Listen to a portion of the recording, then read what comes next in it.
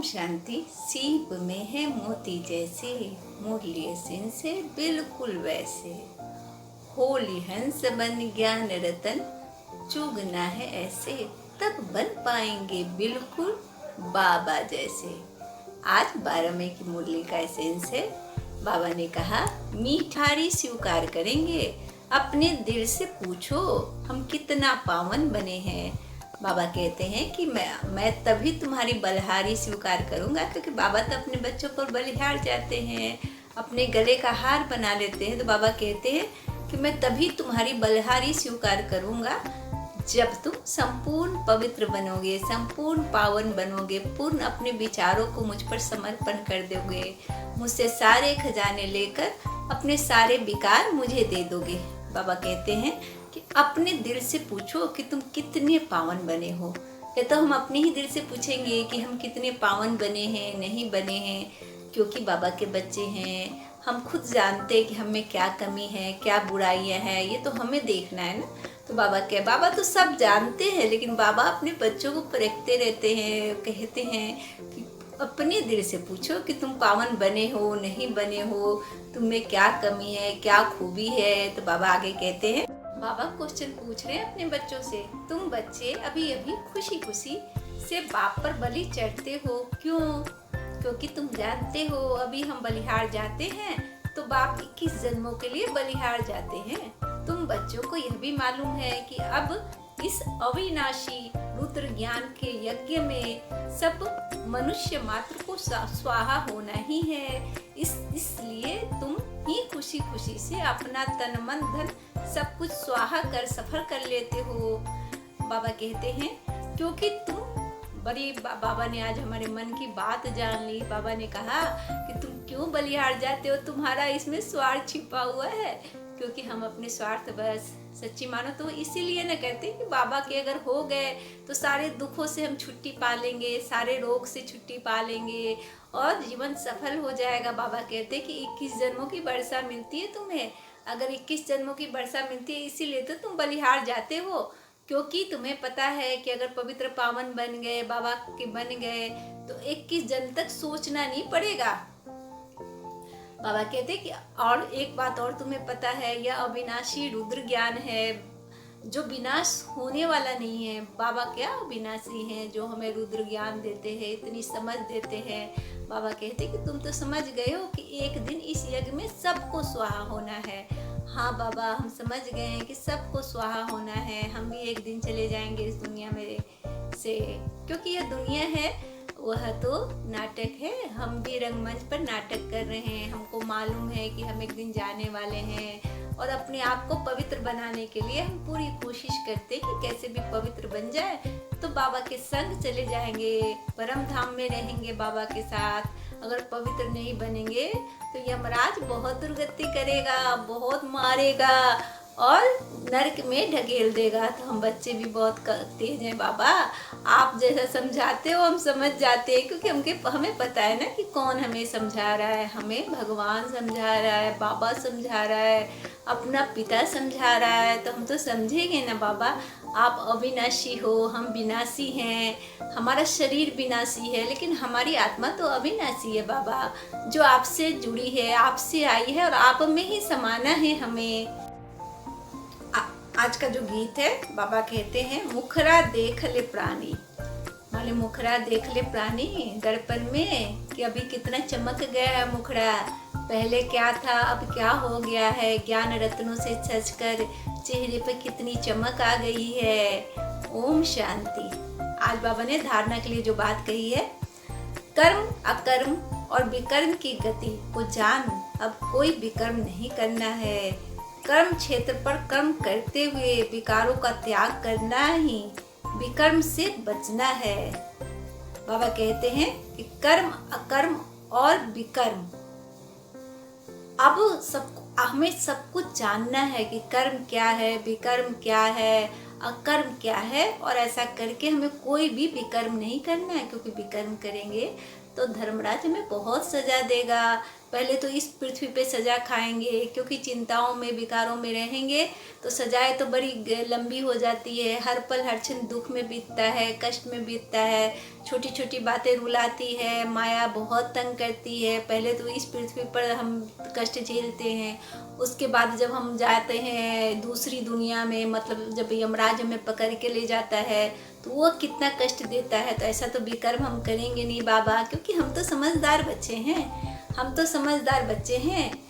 अगर हम कर्म करते हुए बाबा आपको याद करते हैं, हमेशा आपकी याद में रहते हुए कर्म करते हैं, क्योंकि इससे हमारे विकार भी नष्ट होते हैं और हमारा कर्म भी श्रेष्ठ हो जाता है।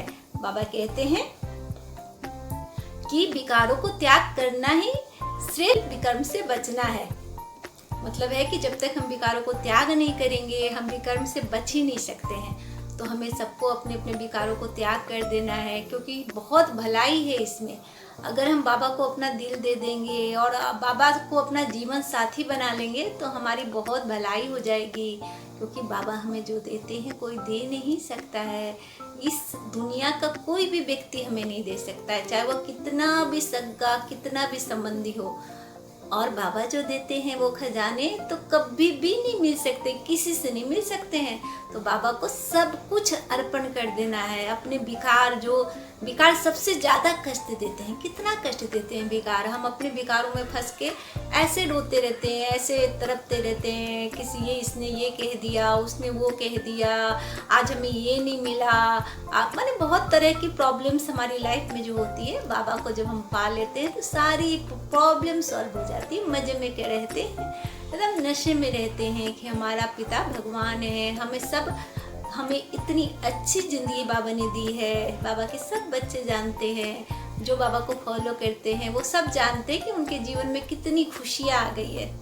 बाबा ने दूसरी जो धारणा बताई, ऐसा पावन बनना है जो हमारी बलिहारी पर बाप स्वीकार कर ले, पावन बनकर पावन दुनिया में जाना है, तन मन धन इस यज्ञ में स्वाहा कर सफल कर लेना है। बाबा कहता है कि ऐसी पावन बनना है, इतना पवित्र बनना है कि अगर हम बलिहार जाए तो बाबा स्वीकार कर ले। क्योंकि कई लोग ऐसे होते हैं जो क्या करते हैं, बाबा पर बलिहार तो जाते हैं, कहने को तो बलिहार जाते हैं, लेकिन अंदर से वो माया में फंसे हुए रहते हैं, विकारों में फंसे हुए रहते हैं, पवित्र होते ही नहीं है। तो जहाँ तक पवित्रता नहीं आएगी तब तक हम बाबा के बन ही नहीं सकते, किसी भी हालत में नहीं बन सकते। मन को पवित्र बनाना है सबसे पहले। मन को पवित्र बनाने के लिए बाबा की क्लास में पढ़ाई करनी है। बाबा जो पढ़ाने आते हैं मुरली में उसे पढ़ना है, सुनना है, मनन करना है और मंथन करना है। तभी हमारे विकार खत्म होंगे, हम पवित्र बनेंगे, तब बाबा के योग्य बन पाएंगे। क्योंकि अभी तो हम पतित हैं, पतित से बाबा पहले पावन बनाते हैं, उसके बाद फरिश्ता बनाते हैं। बाबा ने कहा था मुरली में कि जब तक नहीं बनोगे, फरिश्ता नहीं बन पाओगे, तो पहले कक्षा में पढ़ाई करो, पहले पहली से शुरू करो पढ़ाई, फिर दूसरी पास करो, तीसरी करते करते करते जब MA कर लोगे तब तुमको PhD मिलेगी। तुम फरिश्ता बनने की PhD को अगर तुमको प्राप्त करना है तो पहले अच्छे से पढ़ाई करो, मुरली सुनो, ध्यान से सुनो, ज्ञान पूर्वक एकदम उसको धारण करो, क्योंकि ये ज्ञान आज बाबा ने जो वरदान दिया है बहुत अच्छा वरदान है। आलस्य के भिन्न भिन्न रूपों को समाप्त कर सदा उल्लास में रहने वाले तीव्र पुरुषार्थी भव। बाबा कहते हैं वर्तमान समय माया का बार आलस्य के रूप में भिन्न भिन्न तरीके से होता है। ये आलस्य भी विशेष विकार है, इसे खत्म करने के लिए सदा उल्लास में रहो। जब कमाई करने का उल्लास होता है तो आलस्य खत्म हो जाता है, इसलिए कभी भी उल्लास को कम नहीं करना है। सोचेंगे करेंगे, कर ही लेंगे, हो जाएगा, यह सब आलस्य की निशानी है। ऐसे आलस्य वाले निर्बल संकल्पों को समाप्त करो। यही सोचो कि जो करना है, जितना करना है, अभी करना है, तब कहेंगे तीव्र पुरुषार्थी।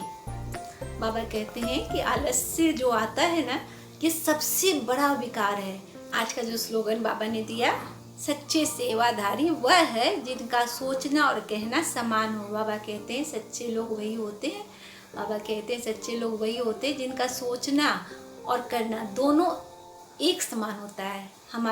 हम कैसे करते हैं कि सोचते कुछ और रहते हैं, करते कुछ और रहते हैं, बोलते कुछ और रहते हैं।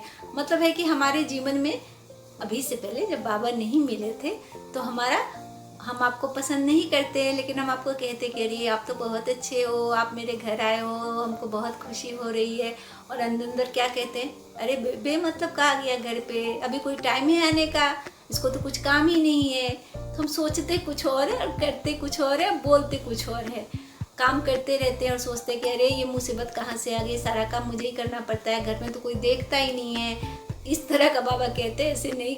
तो बाबा कहते हैं कि सच्चे सेवादारी वही होते हैं जिनका सोचना और कहना एक जैसा होता है।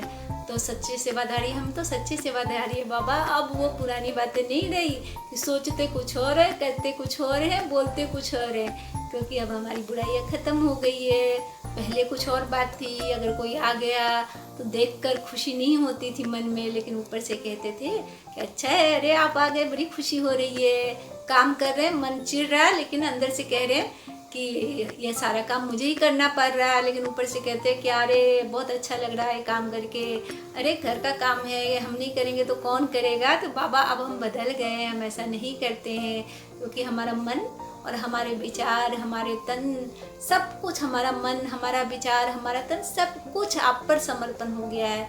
अब हमें सच्चे सेवादारी हो गए हैं। जो हमारा मन कहता है वही हम कर्म करते हैं, क्योंकि मन तो पवित्र हो गया ना बाबा, आपने पवित्रता भर दी है। जहाँ पवित्रता होगी वहाँ अशुद्धि कैसे आ सकती है। तो हम दोनों जो सोचते हैं वही करते हैं, क्योंकि जो सोच में सच्चाई है तो फिर कर्म में सच्चाई होनी है बाबा। हम पवित्र बन गए हैं, आपके संपर्क में आके पवित्र बन गए हैं बाबा। थैंक यू बाबा, इतनी पवित्रता देने के लिए, विचारों में एकाग्रता देने के लिए, सबके लिए अच्छा सोचने की भावना देने के लिए, अपने लिए भी अच्छा सोचने की भावना देने के लिए। आज का जो शुभ विचार बाबा ने दिया, जिन्हें किसी भी बात का गम नहीं, वही बेगमपुर के बेफिक्र बादशाह हैं। अरे बाबा ने बहुत अच्छी बात की है कि जिसे किसी भी बात का गम नहीं, वही बेगमपुर के बेफिक्र बादशाह है। मतलब है कि अगर आपको किसी भी बात की फिक्र नहीं है तो आप बिना गम के, माने बेगमपुर के बादशाह है, मतलब बिना गम के बादशाह है। आपके सर पे लाइट का ताज है, आप हवा में उड़ रहे हैं फरिश्ते बनकर, क्योंकि अगर आप लाइट रहेंगे तभी माइट से भर सकेंगे। तो गम कैसे ख़त्म होगा। हम तो गमों की टोकरी है ना, क्योंकि हमारे पास तो गम टोकरी में भर भर के, जैसे आम भरे होते हैं ना टोकरी में, वैसे गम भरे हुए रहते हैं। कभी संबंधों में गम है तो कभी समझिए कि रिश्तों में गम है, हर जगह गम ही गम है, दुख ही दुख है, क्योंकि इतना दुख है जीवन में। कभी बीमारी आ जाती है, कभी फाइनेंशियल क्राइसिस आ जाती है, तो कभी कोई कुछ कह देता है। तो ये जितने गमों की टोकरी है ना, हमने बाबा को समर्पित कर दी है, क्योंकि अब तो गम रहा ही नहीं। अब तो बाबा मिल गए हैं, बाबा ने खुशियाँ भर दी है जीवन में, तो गम कहाँ से रहेगा। कि पहले और अभी में जमीन आसमान का अंतर आ गया है। बाबा ने बदल दिया हमें, बाबा ने इतनी खुशियाँ दे दी है। जीवन में गम तो खैर बहुत दूर की बात है, माने हमेशा उल्लास, हमेशा खुशी और उमंग से भरी हुई जिंदगी हो गई है। हमेशा हवा में झूमते रहो, नाचते रहो, फरिश्ता बनकर उड़ जाओ, कभी देवता स्वरूप में आ जाओ, लोगों को वरदानों से भर दो।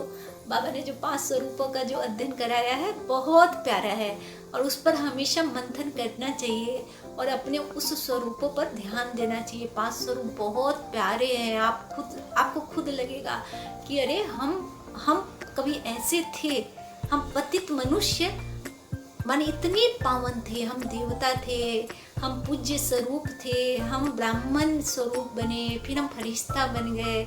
आत्म ज्योति, हमारी आत्मा की ज्योति जल गई, जो बाबा के साथ बैठकर बातें करती है, बाबा के साथ माने रूहानी मुलाकात करती है, तो रूहानी ड्रिल हो जाती है हमारे अंदर, रूहानियत से बढ़ जाते हैं हम, चेहरे पे चमक आ जाती है, आंखों में चमक आ जाती है, ज्ञान का तीसरा नेत्र खुल जाता है। अगर बाबा के साथ हम रहते हैं, बाबा से अगर अच्छे से सौदा कर लेते हैं, अपने सारे विकार देकर बाबा के सारे खजाने ले लेते हैं, तो हम तीसरे नेत्र के स्वामी बन जाते हैं, और बेगमपुर के बादशाह तो बन ही चुके हैं। बाबा ने जो आज का सम्मान दिया, मैं आत्मा तीव्र पुरुषार्थी हूँ, तीव्र पुरुषार्थी का मतलब बहुत ज़्यादा ज्ञान में रहने वाला और बाबा के बहुत समीप रहने वाला, जिसके मन में एक पल भी किसी के प्रति भी माने बुरी भावना नहीं आए, अपने लिए भी नहीं आए, जो हमेशा उमंग और उत्साह में रहे, जो एकदम निश्चय बुद्धि हो कि मेरे जीवन में मेरा बाबा है, एक मैं और मेरा बाबा, दूसरा न कोई। या फिर ऐसा कहें कि मैं और मेरा बाबा संसार, मेरे संसार में सिर्फ बाबा है। अगर ऐसा करेंगे तभी तीव्र पुरुषार्थी बन पाएंगे। हम अगर इस लौकिक जगत में फंसे रहेंगे, अपने कामों में फंसे रहेंगे, हम देह के संबंधों में फंसे रहेंगे, अगर डिटैच नहीं होंगे तो हम कभी समझिए तीव्र पुरुषार्थी नहीं बन सकते हैं। जब तक तीव्र पुरुषार्थी नहीं बनेंगे हमें दुख होता ही रहेगा, हमें कष्ट होता ही रहेगा, हमें प्रॉब्लम्स आती ही रहेगी। बाबा बहुत संभालता है, बहुत पढ़ाता है, इतना ज्ञान देता है, इतना ज्ञान देता है। अगर थोड़ा थोड़ा ज्ञान भी धारण करते जाएंगे, थोड़ा थोड़ा माने रोज एक मुरली का एक पॉइंट भी अगर धारण करेंगे तो 30 दिन में 30 पॉइंट धारण हो जाएंगे।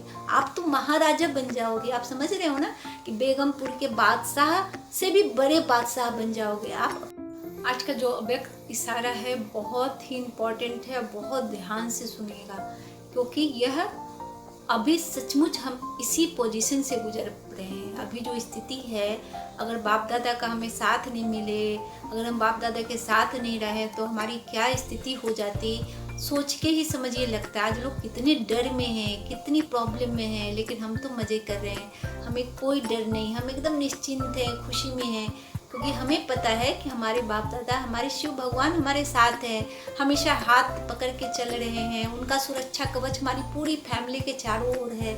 बाकी लोग कितने डरे हुए हैं कोरोना की वजह से, लेकिन हम लोग बहुत मज़े में हैं। तो अव्यक्त इशारे को ज़रा ध्यान से सुनिएगा। बाबा कहते हैं कि ऐसा समय आएगा जो यह साधन कुछ नहीं कर सकेंगे, सिर्फ आध्यात्मिक बल, बाप दादा के डायरेक्शंस की टचिंग कार्य करा सकेगी। अभी रिहर्सल बढ़ती जाएगी और सेकंड में रियल हो जाएगी। माने बाबा ने जो बातें कही, जो अव्यक्त इशारा दिया था, वो बहुत अब लगता है कि सही हो गया है, क्योंकि बाबा ने कहा था एक दिन ऐसा आएगा कि कोई भी साधन काम नहीं करेगा, कोई भी साधन काम नहीं करेगा, और सिर्फ बाप दादा से रूह रिहान, और आप तभी वही आपकी माने वही काम करेगा। जो आप बाबा से जितने नज़दीक रहोगे वही आपको काम आएगा। तो आज सच्ची में ऐसा लगता है, आज कोई भी साधन काम नहीं आ रहा है, कोई विज्ञान कुछ नहीं कर पा रहा है, प्रधानमंत्री कुछ नहीं कर पा रहे हैं, हम सब घरों में बंद हो गए हैं। क्या स्थिति हो गई है हमारी, हम घर से बाहर नहीं निकल सकते, लोगों से नहीं मिल सकते। आज जो स्थिति है कि सबकी खुशियाँ छिन गई है, लोग कितने परेशान हैं, दुख है, सबके घर में कष्ट है, कितनी प्रॉब्लम्स है। लेकिन जो बच्चे बाबा से रूह ध्यान करते हैं, जो बच्चे बाबा के संपर्क में रह रहे हैं, जो बच्चे बाबा से हमेशा जुड़े हुए हैं, उन बच्चों के जीवन में कुछ खास फर्क नहीं पड़ा है, क्योंकि उनको तो और अच्छा लगता है कि चलो एक मौका मिला है, बाबा से ज़्यादा हम रूह ध्यान कर सकेंगे, बाबा से मिल पाएंगे। और वह अभी मनसा सेवा के द्वारा पूरे विश्व का कल्याण कर रहे हैं, क्योंकि वह सिर्फ अपने लिए नहीं सोच रहे हैं, वो सोच रहे हैं कि पूरे विश्व का कल्याण होगा। कि बाबा आपके दिमाग को बदल देता है, बाबा आप में रूहानियत भर देता है, आपके अंदर इतना प्यार सबके लिए भर देता है कि आप दिल से सबके लिए दुआ करने लगते हो। तो अभी का जो वक्त है वो जो बाप दादा की टचिंग है, माने जो व्यक्ति इशारे में बाबा ने कहा कि ऐसा वक्त आएगा कि बाप दादा के टचिंग से ही कोई काम हो सकेगा। तो अभी जो काम हो रहा है वो बाप दादा की टचिंग से ही हो रहा है। शिव बाबा टच करते हैं, कहते हैं बच्चे चिंता मत करो, सब कुछ ठीक हो जाएगा, मैं हूँ ना तुम्हारे साथ। बाबा हमेशा है ना इतनी शक्ति देते हैं, इतनी शक्ति देते हैं, एक प्रोटेक्शन देते हैं, पूरी फैमिली को प्रोटेक्शन देते हैं। साथ में आप बड़ी बात है कि आप विश्व का कल्याण कर पाते हो, आप उन लोगों के विषय में भी सोच पाते हो जिनको प्रॉब्लम हो गई है, जिनके घर में मुसीबत आ गई है। तो आप अपने बैठे बैठे उनको भी डील कर पाते हो, उनको सुझाव दे पाते हो कि बाबा से जुड़ जाइए। अगर बाबा से जुड़ेंगे, आप अपने आप को पॉजिटिव रखेंगे, बाबा के ज्ञान में, अध्यात्म में रखेंगे, तो आपकी बीमारी खत्म हो जाएगी, आपके घर में खुशियाँ आ जाएगी। और लोग मान रहे हैं, क्योंकि जब मुसीबत का वक्त आता है तो लोगों को लगता है कि नहीं कुछ भी कैसे भी यह ठीक हो जाए, कैसे भी हमारी प्रॉब्लम सही हो जाए। जब हमारे जीवन में किसी तरह की प्रॉब्लम नहीं होती तो हम भगवान को भी भूल जाते हैं, क्योंकि उस वक्त हमें लगता है कि अरे खुशियाँ ही हैं। तो कहते हैं ना, दुख में सुमरन सब करे, सुख में करे न कोई, जब सुख में सुमरन करे तो दुख काहे को होए। तो यही स्थिति है हमारी, क्योंकि हम क्या करते हैं ना कि जब सुख आता है तब तो हम भूल जाते हैं भगवान को, और जब दुख आता है तो सुमरन करने लगते हैं। तो ये भक्तों के साथ है। हम तो भक्त हैं नहीं, हम तो बाबा के बच्चे हैं, भगवान के बच्चे हैं। तो हम तो हमेशा, हमारे लिए सुख दुख दोनों बराबर है। हम सुख में भी बाबा को सुमरन करते हैं, और दुख तो खैर लाइफ से, जिंदगी से गायब ही हो गया। हम तो हमेशा खुश रहने वाले, रूहानी नशे में चूर रहने वाले बेफिक्र बादशाह बन गए हैं। बाबा कहते हैं कि जितनी रिहर्सल बढ़ती जाएगी, जितनी आप रिहर्सल करते जाओगे बाप दादा से मिलने की, उतनी टचिंग आपकी बढ़ती जाएगी, उतना बाबा का संपर्क सूत्र बनता जाएगा आपसे, और आपके जीवन में खुशियाँ और सिर्फ खुशियाँ, उमंग उत्साह बढ़ती चली जाएगी। और आप सेकंड में, एक सेकंड में रूहानी बन जाओगे। एक सेकंड में आप बाप दादा के पास होगे, एक सेकंड में लौकिक जगत में, एक सेकंड में अलौकिक बन जाओगे। तो बहुत अच्छा अव्यक्त इशारा आज बाबा ने दिया है, और आपको धारण करना चाहिए, समझना चाहिए कि जो बाप दादा पढ़ाते हैं वो सही होता है, बिल्कुल सही है, एक एक शब्द सही है। आज बहुत अच्छा योग अभ्यास है, आप लोग ध्यान से सुनेंगे, क्योंकि मुरली के अंत में जो मुरली का एसेंस है, एसेंस चखने के बाद योग अभ्यास करते हैं, ताकि बाबा से रूह रिहान हो सके, हम बाबा से मिल सके और बाबा से शक्तियाँ ले सके। बाबा ने कहा मैं सच्चा वैष्णव हूँ।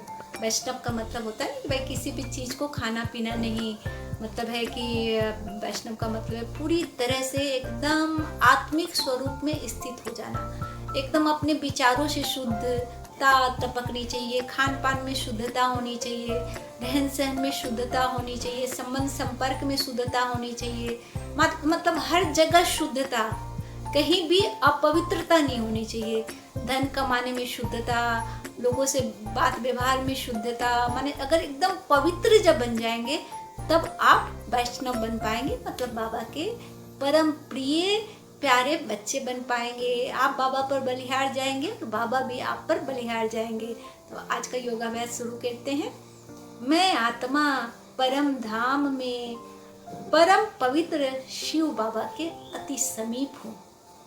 बाबा से निकलती हुई पवित्रता की श्वेत किरणों से मेरी दृष्टि, प्रीति शुद्ध बन रही है। मैं आत्मा सच्चा वैष्णव बन रहा हूँ। मुझ आत्मा से विकारों रूपी विष समाप्त हो रहे हैं और श्री विष्णु समान दिव्य गुणों की धारणा होती जा रही है।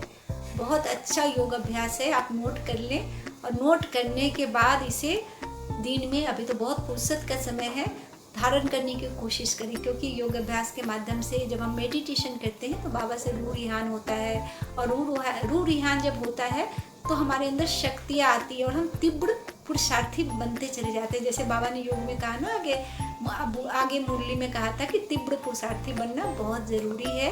तो इसी योग अभ्यास के माध्यम से हम जितना ज़्यादा योग अभ्यास करेंगे, जितना बाबा के समीप रहेंगे, तीव्र पुरुषार्थी बनते चले जाएंगे और बाबा के गले का हार बनते चले जाएंगे।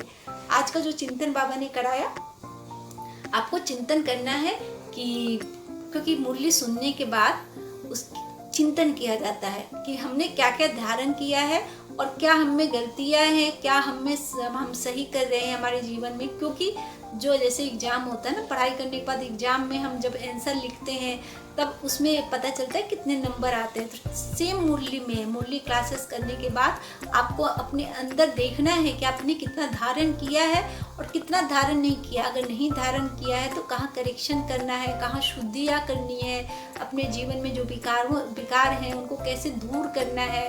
तो ये सब हमें चिंतन से हमें पता चलता है। तो आज का जो चिंतन है बहुत ही महत्वपूर्ण है, आप चिंतन जरूर करना है आपको, कि सच्चा वैष्णव वही होता है जो संकल्प में भी और स्वप्न में भी पवित्र होता है। तो हमें चेक करना है कि हम स्वप्न में भी और संकल्प में भी पवित्र है क्या, क्योंकि अगर हम पवित्र नहीं होंगे तो स्वप्न हमें बुरे आएंगे। हम तो अपने हिसाब से हमें लगता है कि हम बहुत पवित्र हो गए हैं, बाबा की याद में रहते हैं, बाबा के ध्यान में रहते हैं, लेकिन सही में पवित्रता नहीं होती है। क्योंकि पवित्रता नहीं होती है इसलिए स्वप्न हमें आते हैं।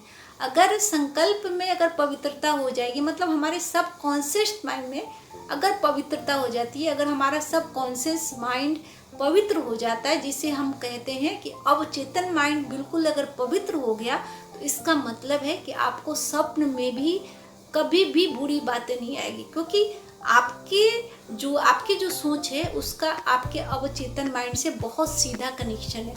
जो आप सोचते हैं, जो आपका माने माइंड रीड करता है कॉन्शियस माइंड के माध्यम से, वो सारा सब कॉन्शियस माइंड में चला जाता है, माने अननोनली चला जाता है, आप जानते भी नहीं है और वो चला जाता है और वही स्वप्न बन के आता है। तो कभी आपको अवचेतन माइंड कभी इतना परेशान करता है कि आप सोच भी नहीं पाते हो कि क्यों परेशान कर रहा है, सब कुछ बहुत अच्छा है तभी भी परेशानी है।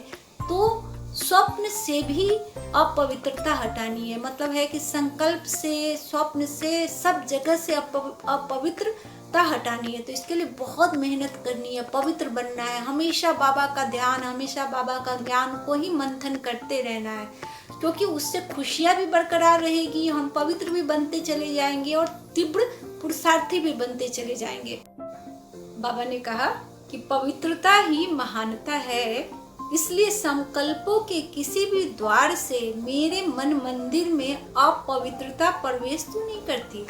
बाबा ने कहा कि पवित्रता ही महानता है और अपने जो संकल्प होते हैं उसके किसी भी द्वार से अपवित्रता तो प्रवेश नहीं करती है, मतलब या तो संबंध संपर्क से या फिर विकारों से, कि अपने जो जितने विकार होते हैं ना, अपने पास कितने विकार थे जो अब बाबा ने ले लिए और हमें खुशियाँ दे दी है, हमें अपने खजाने दे दिए हैं, तो चेकिंग करनी है। जितना अटेंशन देंगे उतना ज़्यादा अपने विकारों से हम दूर होते चले जाएंगे। विकार आपके अंदर अगर रहे तो वो किसी न किसी द्वार से प्रवेश कर जाएंगे।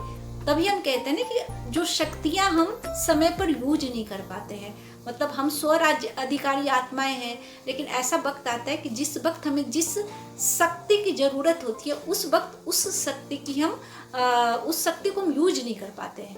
कहने का यही मतलब है कि हमें पूरा अटेंशन देना है कि कोई भी शक्ति समय पर काम आ रही है या नहीं। ऐसा तो नहीं है कि जब गुस्सा नहीं करना हो तो गुस्सा आ जाता है, जब दुख नहीं करना हो तो दुख आ जाता है, बाद में सोचते हैं कि अरे हमें दुख नहीं करना चाहिए, हमें गुस्सा नहीं करना चाहिए, हमें किसी को कुछ नहीं कहना चाहिए। ये सब क्या है, ये सब विकार क्या होता है, हमें लगता है कि ख़त्म हो गए, लेकिन वो पोते पोतड़े उसके हमारे मन के सब कॉन्शियस माइंड में बैठे रहते हैं, किसी न किसी द्वार से माने आ जाता है। तो बाबा ने एक बार मुरली में कहा था कि सारे लीकेज को बंद कर दो, अगर लीकेज होगा तो पूरा ज्ञान, पूरी शक्ति सब आहिस्ते आहिस्ते लीकेज हो जाएगी। तो अपने लीकेज को बंद करना है, चेकिंग करते रहनी है, चेकिंग करते रहनी है, ठीक करते रहना है, ठीक करते रहना, ठीक करते रहना।